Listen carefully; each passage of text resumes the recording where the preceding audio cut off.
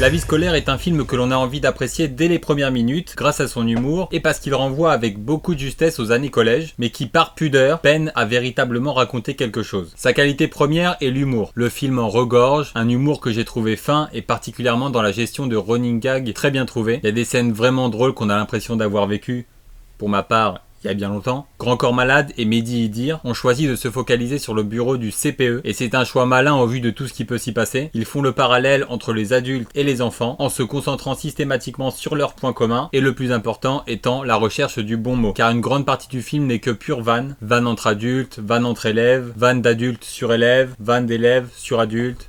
Ce que l'on retient le plus, c'est la retranscription de cette ambiance, qui est celle des collèges, particulièrement de banlieue et particulièrement de la génération actuelle. Mais de l'autre côté, l'enjeu du film reste flou. Il ne fait finalement qu'effleurer les problèmes de société qu'il évoque, et particulièrement ceux qui concernent la fatalité de l'éducation et de son système. Et c'est dommage parce que c'était peut-être le plus intéressant. Le problème se situe donc dans une envie de faire un film hybride entre comédie et questions sociétales, tout en se refusant toute forme d'extrémité ou d'intimité. Ça donne un film radical dans sa neutralité, ce qui ne semble pas vraiment convenir au propos. Le film pose énormément de pistes hyper intéressantes sans jamais vraiment en choisir une. On parle des passions des élèves, de certains aspects de leur vie privée, avant de s'en détourner à chaque fois. C'est donc peut-être par pudeur que le film n'ose pas assez, qu'il manque de fougue, de folie et parfois même d'émotion. Et du coup, le film reste malheureusement en surface et on sort de la salle avec un bon moment passé, mais pas de réelle réflexion, pas forcément de questionnement. On a expérimenté l'ambiance, mais pas les profondeurs. C'est donc un film sans prétention qui souffre de sa modestie et ne réussit jamais vraiment à s'emballer.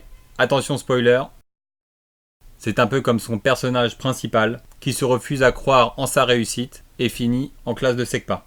D'ailleurs, je suis pas trop sûr d'avoir bien compris la fin, pourquoi il était satisfait d'être en SECPA. Si vous avez vu le film, on en parle dans les commentaires, on débat. Si vous n'êtes pas d'accord, si vous êtes d'accord, on débat.